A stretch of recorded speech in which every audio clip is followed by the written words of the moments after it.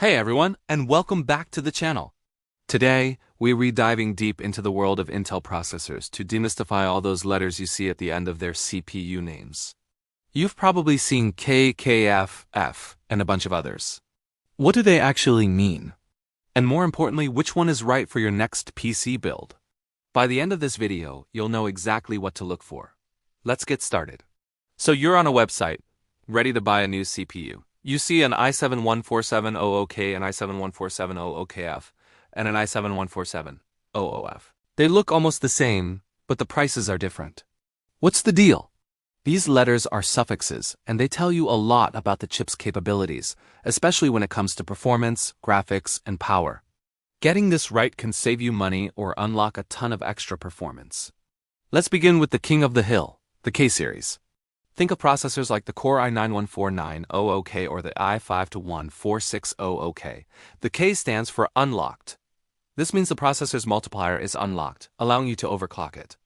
Overclocking is essentially pushing the CPU to run faster than its official factory settings, giving you more performance for free, well, almost. It requires a compatible motherboard, usually a Z-series chipset, and a beefy cooling solution to handle the extra heat. K-series chips also have the highest base and boost clock speeds right out of the box, even before you think about overclocking. They typically have a higher thermal design power, or TDP, often around 125 watts or more. This means they redesign to draw more power and thus generate more heat to achieve that top-tier performance. Finally, K-series processors come with integrated graphics, or an iGPU. This is a small graphics processor built right into the CPU. It's super handy for troubleshooting.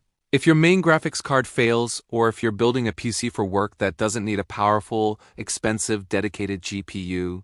So for high-end gamers, content creators, and enthusiasts who want to squeeze out every last drop of performance, the K-series is your go-to. Next up, we have the KF series. Take the i9-14900KF, for example. The K here still means it's unlocked for overclocking, just like its K-series sibling.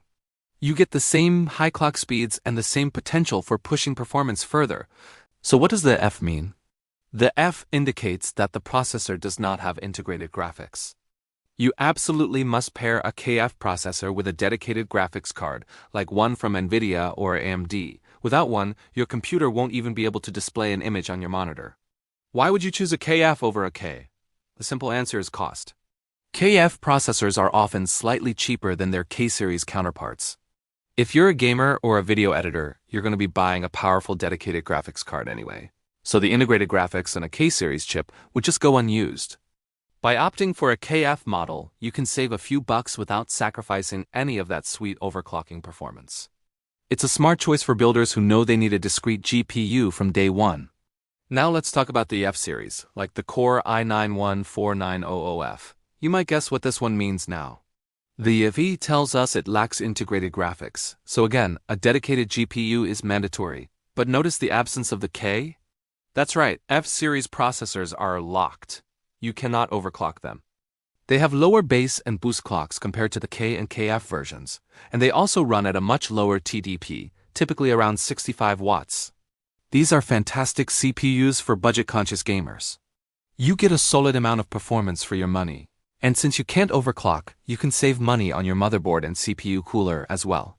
You don't need a high-end Z-series motherboard or a massive liquid cooler. A more standard B-series motherboard and a decent air cooler will do the job just fine. So if you want good gaming performance but aren't interested in the complexities and costs of overclocking, the F-series is a brilliant value proposition. So what about the processors with no letters at all?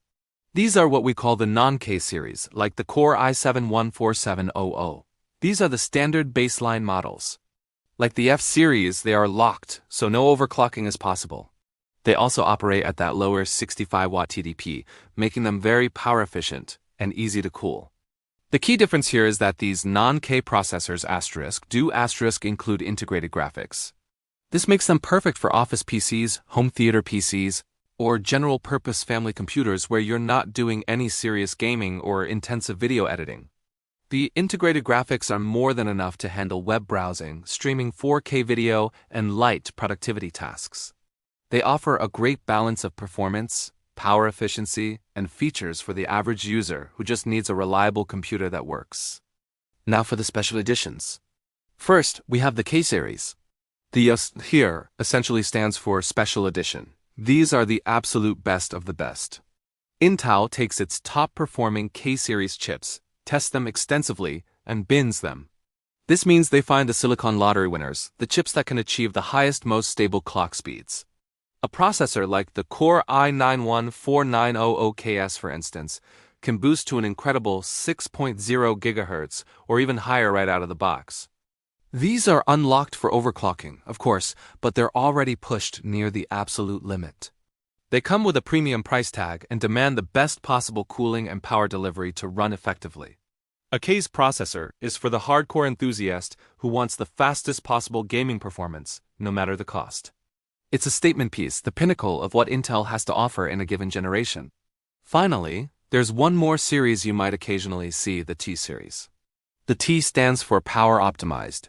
These processors are designed for very specific use cases, like small form factor builds, all-in-one computers, or systems where silence and low power consumption are the top priorities. They have a significantly lower TDP, often around 35 watts. This drastically reduces their heat output, but it also means their clock speeds are much lower than any of the other series we've discussed. You're trading raw performance for efficiency. Unless you're building a very specific, compact, and low-power system, you'll likely be better served by one of the other series. So let's do a quick recap. K is for unlocked performance with graphics. KF is unlocked performance without graphics, for those with a dedicated GPU. F is locked performance without graphics, a great budget gaming choice. The standard no-letter CPUs are locked, but do have graphics, perfect for everyday use. KS is the special edition, the ultimate in speed for enthusiasts. And T is for low-power, compact systems. The right choice really depends on your budget and what you plan to do with your PC. If you want the best and love to tinker, go for K or Ks. If you're a gamer who wants great performance and plans on buying a graphics card anyway, KF is a smart way to save some money. If you're on a tighter budget but still want a great gaming rig, the F series is your best friend. And for a standard office or home PC, the non-K models are the reliable workhorses. Hopefully, this clears up the confusion around Intel's CPU naming scheme. It might seem complicated at first, but once you know what each letter means, you can make a much more informed decision and build the perfect PC for your needs. If you found this video helpful, please give it a thumbs up. It really helps the channel out. And if you have any questions or want to share what CPU you're running, drop a comment down below. I love hearing from you all. Don't forget to subscribe and hit that notification bell so you don't miss our future tech guides. Thanks for watching, and I'll see you in the next one.